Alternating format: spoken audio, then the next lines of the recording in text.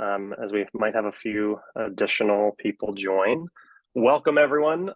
Thank you for coming. My name is Nate Kellogg. I'm a partner at the Learning Accelerator, and super excited to see you all here today.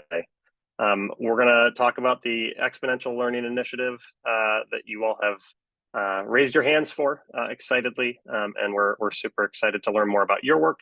But really the purpose of this is to make sure that we give you all the information you need to understand the requests for proposals that we have opened and be able to feel confident in your applications. So with that said, I'm going to get started. Again, the slide deck is here in the chat. We are going to post this webinar, this recording right now. We're going to post it to our website afterwards in case you have other folks who you'd like to share it with, or in case you miss parts of it. So no worries if you have to hop early. For the agenda for today, as you can see, we're going to be talking a little bit about TLA for those of you that are new to the Learning Accelerator and don't know much about us. We'll certainly take a deep dive into this specific grant opportunity as part of the Exponential Learning Initiative. So we're going to cover that. We'll get into a few examples to try to share a little bit more about what the right fit might be for a network. As you all might be wondering, are we the right fit for this? And then we'll open it up for Q&A. We want to give you folks time to say, hey, what about this? Okay, here's a specific question about part of the application we're not clear about. So we're happy to answer those questions. And we'll close by quickly going over ways to stay in touch with us, to continue asking questions, and to be able to make sure that we're super clear on the expectations and the timeline for the RFP process. So with that said, we're going to jump right in. So a little bit about TLA. I'm going to go through this fairly quickly, but we want to make sure you have an idea about us as an organization. The Learning Accelerator is an organization we've been around, a national nonprofit. We've been around for 10 years now, led by Beth Rabbit, who's here in the room. Excited to see you all. Thanks for waving, Beth. And we're really focused on our mission and driving for a world in which each student receives an effective, engaging, and equitable education so that they can reach their full and unique potential. We believe in an education that is personalized, mastery-based, and whole child. And we know we're not the only ones that feel really passionate about this. But we sit in a space of feeling that the education sector in general can learn more quickly and work together better. And we're really interested in bringing folks together to do that work. The challenges we see across the sector that are getting in the way of us reaching that excellent education for every kid that we want to see are numerous. First, there's a lack of collective understanding and focus. We see a lot of folks with different ideas for what that future can look like. Resource and access inequalities. We know that folks in different places have different access to information and different access to resources. An overemphasis on single solutions. We all know that silver bullets. AI has not fixed everything since ChatGPT was released. Last I checked, single solutions narrow our focus, unfortunately. And last but not least, fragmentation and disconnection. We see a lot of people working really hard, potentially in silos on their own, or in conflict with other concepts that might be able to help them in their work. So to address this, our work at TLA is really about one, collective understanding and focus. We want to provide that North Star for the field to understand how we're going to get there. Second, equitable, actionable access to resources, to knowledge. TLA, one of the core values for us as an organization is making everything that we do openly accessible. Our website there's no signups, there's no paid views. Everything is accessible, and it has been from the beginning. We feel really passionately about that.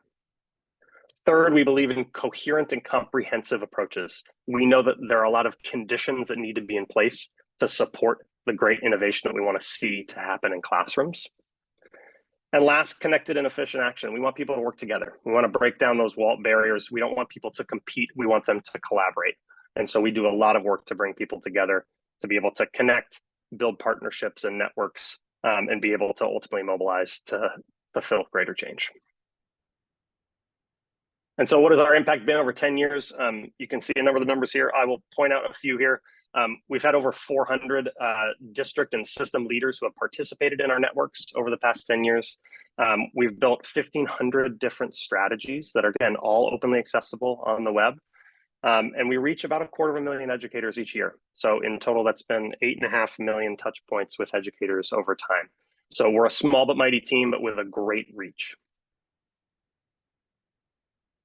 And the key to our work is really partnering with folks like yourselves, right? We do all of our work because we're able to partner with people who are on the ground doing the work in schools every day, and the folks who are supporting them, right? We're funded by some fantastic funders. We've worked with tons of people in the past, and really this is another opportunity for us to work with both some people who we may have worked with in the past, but also some new organizations, schools, sites, individuals, et cetera. So we're really excited that you all are interested in potentially joining this work. So with that said, that's TLA. The Exponential Learning Initiative is a major initiative that we've just launched that we're really excited to be able to get out in the field. The challenge that it's addressing is we're seeing that, as you all are seeing in your work, there are still widespread persistent gaps in K-12 education post-COVID, right? We're seeing the unfinished learning that is rampant across education that needs to be addressed. We know it's a really urgent problem that we need to focus on. We've also seen a lot of solutions, people putting in place ideas, innovations that have tried to solve this problem, but potentially working around the edges of education, right? For example, tutoring services that are great for supporting kids at home or potentially during an intervention block. But what we haven't seen is a lot of work at the core of instruction, of changing what the fundamental experience is for kids who are in our classrooms right now with their learning. We believe that we can spur the adoption of evidence-based practices and system capabilities, as it says here, necessary for equity today and in the future. We really believe in that.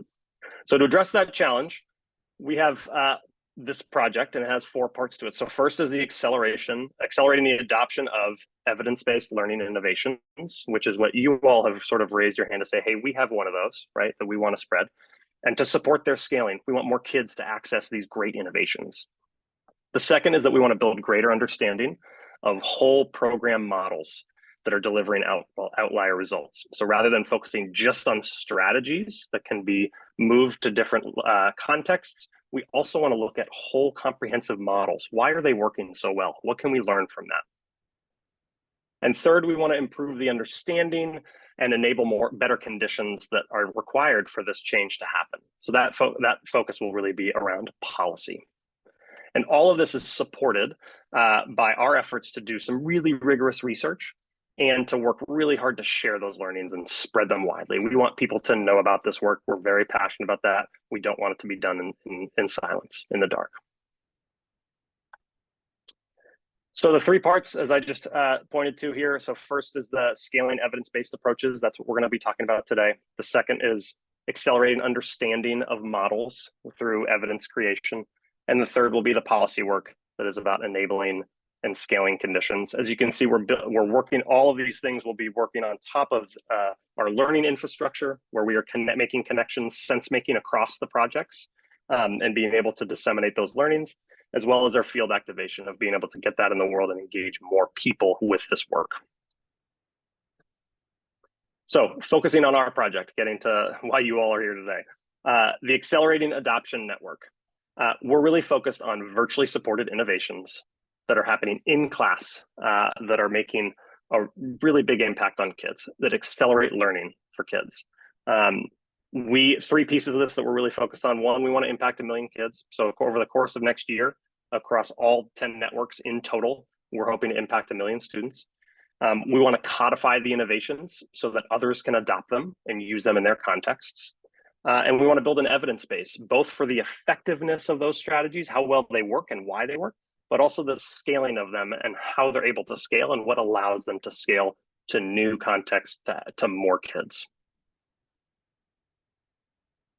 As a reminder of some of the key dates, which we'll get into the details of some of this in a second, but our FAQ questions submission is open until April 1st. April 22nd is the priority deadline for applicants. May 5th is the final deadline. We will have interviews with selected applicants between the 22nd and May 10th, and ultimately we'll notify you by May 15th if you apply to let you know the decision.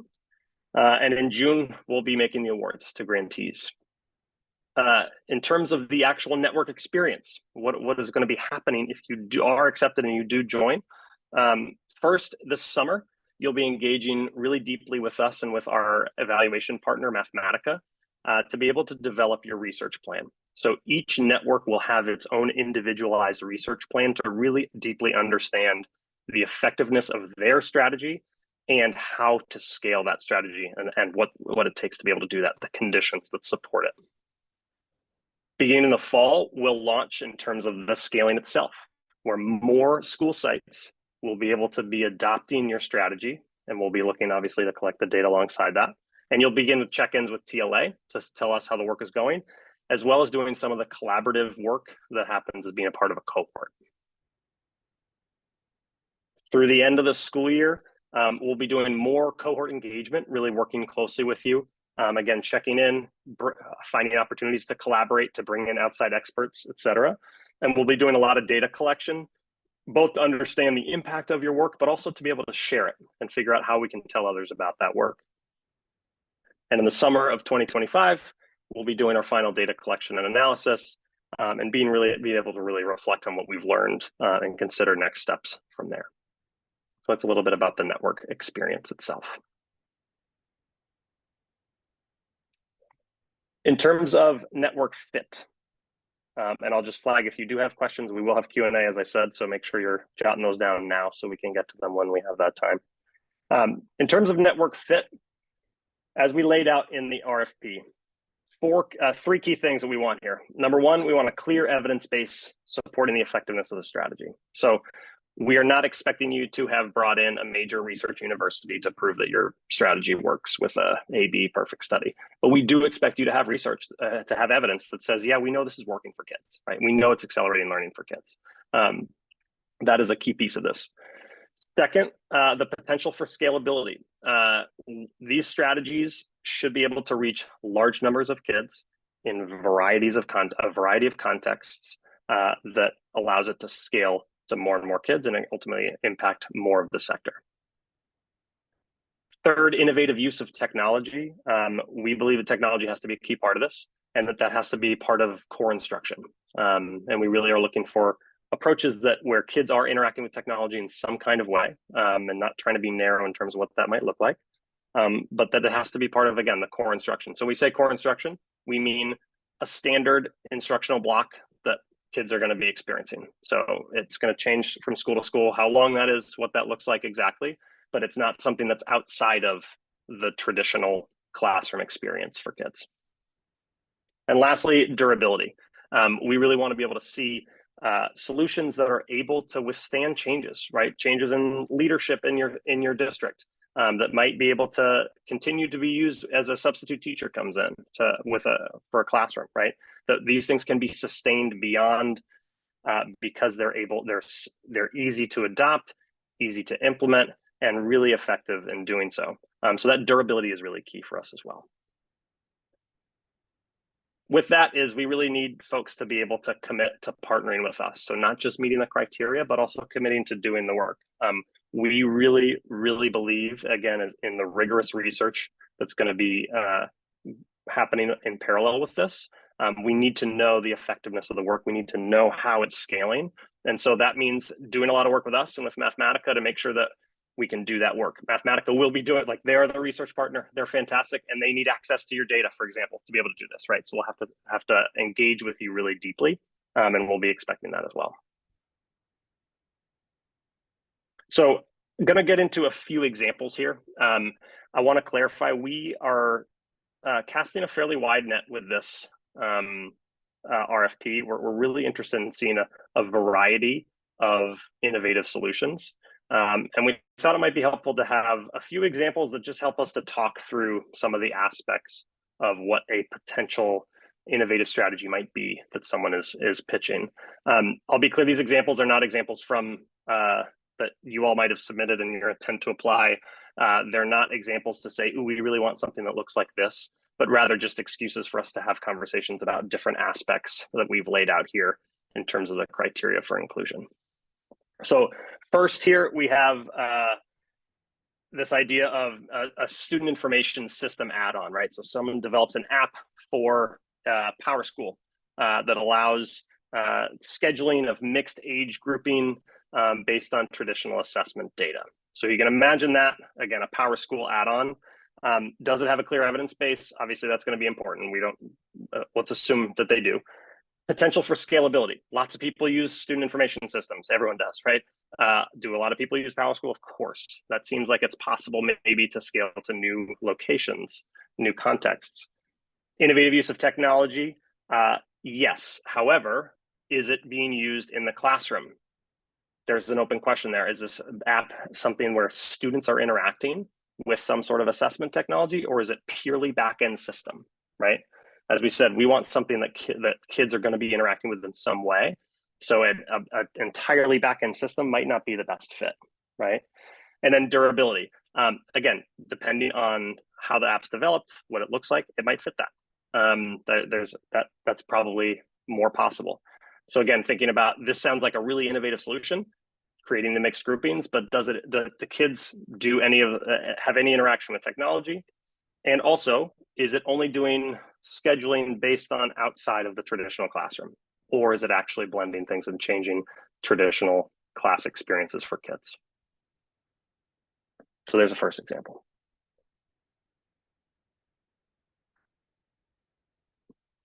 I'm going to switch gears to a second example. Imagining a video-based professional development system that has AI-generated feedback about who gets called on and which kids are focused in class and how well the teacher explained the concept maybe. Really innovative solution, uses technology. Again, are kids interacting with the technology? Not necessarily clear. Does it probably affect the core of instruction and what is happening in a traditional classroom? Absolutely, right? This teacher's changing their instruction based on the feedback from this tool. But again, are kids interacting with it? It doesn't seem like it. That might be harder to have this be a fit. Again, if there is a potential for that, that might change something. Another question with this is how expensive the technology is, to be honest, right? If this is something that costs districts millions of dollars to implement, cameras and whatever else might be there, that might impact the scalability of it as well.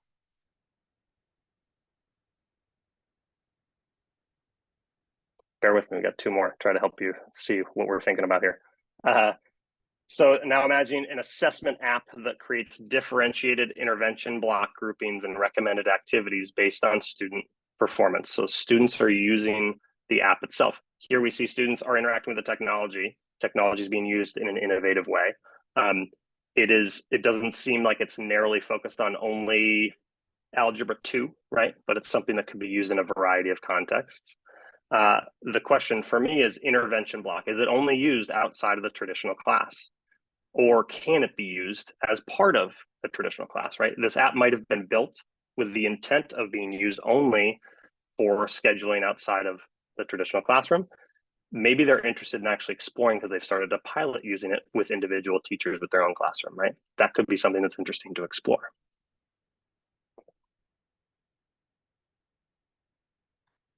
And we'll do one last one, student-driven competency-based algebra review system using spreadsheets. Beth is smiling because this is actually based on real work I did with a teacher at my old district that was super innovative and amazing work. The interesting part for me here is that we're using spreadsheets and VLOOKUPs and something that might not be super scalable to other locations. Teachers might not be able to use the tool because it's requiring a ton of prior knowledge and training around how to use the spreadsheets, right? The actual tool itself might not be built out enough, even though the concept is, right? And this could be something that is developed, again, by a teacher or by a district. That's okay. We don't need you to be a for-profit tech company to have a concept, to have an innovation, right? But it does need to be something that's easily transferable, move to different contexts. So something I can consider there. And again, with all these, these are not meant to be like, here are all totally 100% non-examples, but rather these are the questions we'll be grappling with as we look at your proposals. And also as you all connect with us, part of this that I want to make sure is clear is we are hoping that you will reach out and say, hey, we're thinking about doing this. Talk to us about maybe what if we could shift and make it fit your criteria in this way, what could we maybe do, right? We're happy to have those conversations with you all and engage with you for sure. So I will just flag here. This is sort of a reframing for some of how I think about this and how to potentially help you think about for your strategy. A checklist of sorts. Does it work within core instruction and not outside of it? Does it leverage technology such that kids are interacting with it? Does it accelerate learning for kids? So we have some evidence of that. And ultimately, does it change the learning experience, right? Is it something where really it is different for kids to be in the classroom experiencing this strategy to help them learn? I've been talking a lot more than I wanted to. Now's the time where we actually get to answer your questions. I'm sure you all are eager to ask. So would love to have folks please flag. I don't think we have Q&A turned on. Lacey or Beth, correct me if I'm wrong about that. Otherwise, we can just put it in the chat for what our questions are, if that works for folks.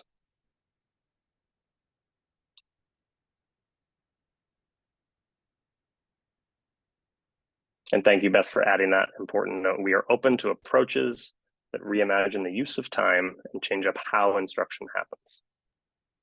Yeah, well, you want to clarify that? Yeah, just because we offered the 45-minute example, I did want to say we are totally game for ideas that imagine different ways of teachers working together, different uses of time. The big thing to take away is that we're hoping people come with ideas that actually change how teachers and kids are working together during the school day to support learning.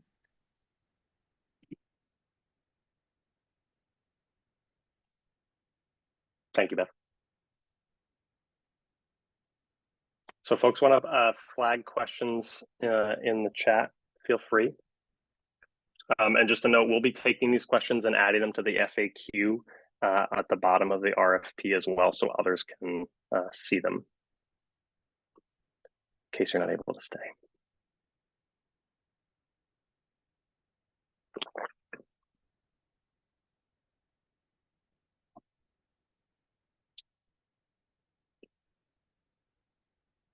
If wait time is because people are typing, that's great. If people would rather just explain their question, we can maybe have folks raise their hands and then we can orally ask questions as well. That's okay. But we'll start with Anne. Thank you, Anne, for jumping in with a question there. And Davis wrote, what can the funding be used for? As we've laid out in the RFP, we're really eager to see how you all would like to use the funding. And we're really focused on funding that will ultimately increase access to the strategy in the long run. We really want to see scaling of the strategy. We're not prescriptive with exactly how you should use that. However, we're really interested in thinking creatively, certainly with that. Beth, anything you'd add to that in terms of funding? Like mechanics wise, we will be issuing unrestricted grants to entities, which we can also make to for-profit entities, provided we can link to charitable use. And so folks have questions about how that would show up in an actual MOU or grant agreement, we can share more. But the goal is, like, we know you all need resources to be able to scale access. And so we're more curious about like what you need that for and how that'll support. Thanks, Beth. Michael Rubin wrote, is it possible to demonstrate how we use existing tech and put in the hands or put in the hands of students to reimagine instruction as opposed to the development of a new technology tool per se? I would say absolutely. I think we're looking for creative uses of technology. We are not expecting to see 10 AI tools that all happen to do something that seems like it was never possible. Like, this is creative uses of technology that meet the criteria. It does not have to be a brand new tech tool. Stephen wrote, related to Anne's question, can you elaborate on the use of the grant funds for charitable purposes only? We have been referencing section 501c3 to be able to do that, right, in terms of the Internal Revenue Code. That is sort of the, yeah, Beth, do you want to jump in and clarify that? So this is funky, right? Like, grants are not typically available for profits, but we're an intermediary. So there are a couple stipulations within the grant agreement that will be different for for-profits. Specifically, for for-profits, we will need for the IRS to be able to report back how you use the funds. and how they supported the grant. And so what we'll be doing is be asking you for a budget, knowing that budget might shift around and change, and then asking at the end of the grant period that you actually report how you spent the funds. Thanks, Beth. Not the first time that question's come up. I'll flag Ben asked, will anyone from TLA be at ASU GSV next month? Absolutely. Beth Rabbit herself will be present. Please try to find her, as well as our colleague Jinsu, who's fantastic. They're very excited to be there. I sadly will not, nor Lacey, but please connect with them if you are there as well.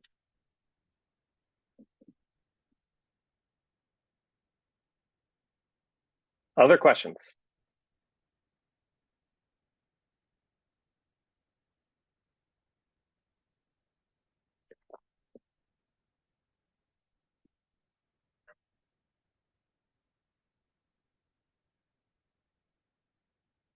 Anne asks, will the funding be issued up front? As far as I know, Beth, we're planning on releasing funds in June. I think there will be likely 2 tranches of funds. The first immediately, and then the second connected to like execution of agreements, data sharing agreements associated with the research, early, like most likely in the early fall. If you have opinions on that, we are still in a design and decision-making stage, but we know that like this type of work will require investment, and we will not be like delaying funds until end of project. We'll definitely want to get those up front.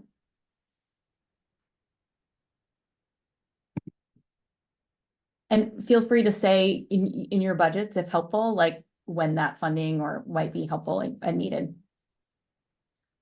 Nate, I'll just answer. So Susan, with regard to a certain number of students. So the goal here, because it's associated with like accelerating adoption for the purpose of scaling access for kids, is that for the overall initiative, we are reaching about 1 million students served in the districts that these things are going to be piloted with. However, we also know that biasing towards like only solutions that can serve like large numbers may in fact leave out folks who are doing really important, more disruptive work for communities like rural communities, or who might be at an earlier stage but have really good evidence. So our goal is to assemble a portfolio that reaches that. We will try to assess context and the larger picture. The one thing I will say is like, if you are, scaling from like 1 classroom to 5, that's probably not developed yet enough. We'll want to see some sort of scale across a couple of school sites and contexts. But if you can make the case and argue, we'd love to hear it, and we're open to thought partnering for folks who are trying to consider that. It's a great clarification too, Beth, to the question around the evaluation of an existing evidence base, right? I think to answer that question, we're very open to seeing how you all are able to evaluate, right? We are curious to see. We're not trying to be extremely regimented with what we're expecting there. However, we do want to see that it's not narrowly working like with one small group of 5 kids, right? That seems like that's not clearly because of the strategy necessarily, right? But seeing it in a few different contexts or different grade level within a school could certainly be helpful. And again, we don't want you to assume that you don't have enough evidence, right? Like, talk to us if you're concerned about that. We can look at it and think about it. But I think that hopefully provides some clarification, Stephen, to your question about the existing evidence base. Nate, just to tackle Trish's question. So yes, there is a priority attached to the funding we've received for supporting learning acceleration with improvement outcomes in math and ELA. So that's a priority, not a requirement, however. So if you're focused on science or some other area, we have gotten some questions. So no preference on like specific subject. We just want to know that we'll be supporting closing some of the unfinished learning gaps we saw from the pandemic, but candidly have seen for the history of American schooling. The other thing that I will note is we have received some questions around like, what if my innovation intervention doesn't directly address ELA curriculum, for example, but addresses kids' mindsets or has a like connection to belonging or some other theory? that connects to other pieces associated with like accelerating kids development and learning. We are very open to those types of interventions, provided we can because of the connection of this funding, can show and measure some sort of impact on academic achievement.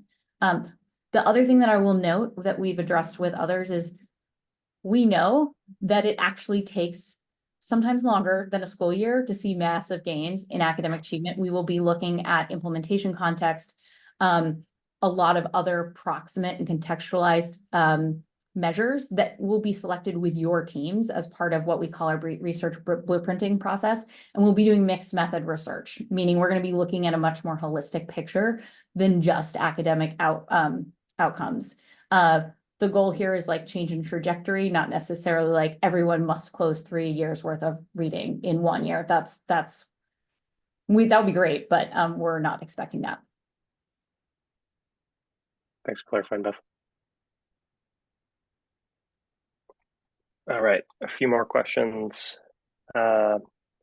And as we are scaling the solution and gaining feedback from our partnership with you, can we adapt our solution and budget? Also, will there be additional funds available for future expansion?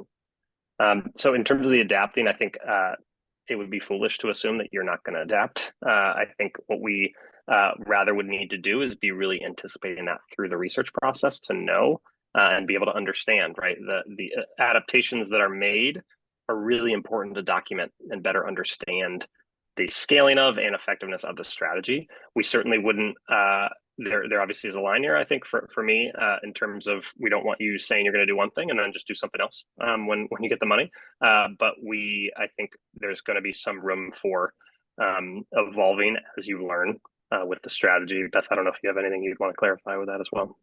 Yeah, we hope to learn from your implementations. We recognize implementation plans are different sometimes than they actually turn out, and we would like you to make changes if they are supportive of outcomes. Our research team is prepared for that. With regards to funding for future expansion, we are actively raising funds now. Our hope is that people participating will have like two benefits for that. One is we know sometimes it's really hard actually to raise funding without independent evaluation of your products. And so we're hoping that this actually supports you all in getting more access to that good research. And two, we are hoping to be recruiting specific funders, both to be telling the story of like, hey, here are some like really promising initiatives, organizations that need more support, as well as potentially building infrastructure to fund in future stages. We have not fully raised that yet.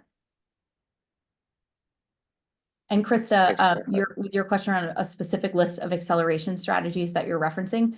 So part of the challenge we see in the field right now is if you Google learning acceleration research, you generally see one thing, high dosage tutoring, which has been the focus of a lot of investment post-pandemic. Terrific strategy, evidence-based strategy. It is not the only strategy. In fact, we think there are lots of models that could be supportive here. And candidly, when done around school, are fundamentally unsustainable. And so part of our goal in this initiative is actually to broaden the definition and the thinking of the sector around what strategies are that we can be bringing into classrooms that might more durably change what's happening for kids. We are doing some research right now on this question, but we do not have like a list we're ticking off where we're slotting people in at this point, because we're super curious about how people see their work supporting that objective. Totally. I think this is a way to build that list, right? We're looking to find what those are, right, through this work, for sure. Can you contact us to discuss ideas prior to submission? Yes, please. Absolutely. I'll just jump to that slide. Exponential@learningaccelerator.org is the email address that you all should have seen on the website as well. Please do reach out. We don't want you to just hope in darkness if you're concerned or if you're unsure. So please let us know if you have questions for sure and more, or want to discuss your idea more.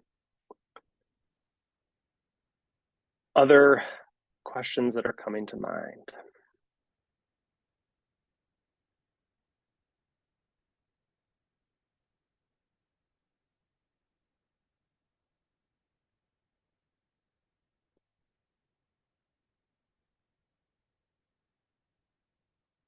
Love getting to practice some wait time.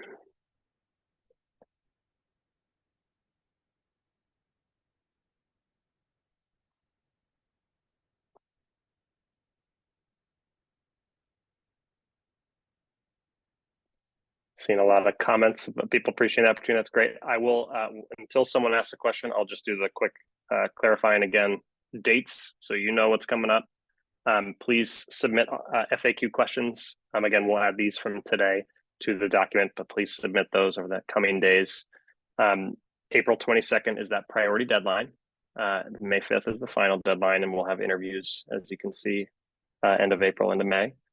And May 15th, we'll be notifying folks. Again, please check out the website if you have not, review the RFP, and reach out to us with any questions you might have, any follow-ups. To reiterate Beth's comment here, we're super appreciative of your interest and your passion as well, and that you all are really interested in this. TLA can only do our work by being able to partner with folks like yourself. So we're really grateful of your interest and excited to potentially work with some of you. So I will stay here in case anyone has questions. Feel free to hop off. Again, if there are any more questions that come up, we will add them to the FAQ as well, and this recording will be posted to the website in the coming days. But otherwise, people can feel free to hop off, but I'll hang out in case folks have additional questions. Thank you all so much. We really appreciate it.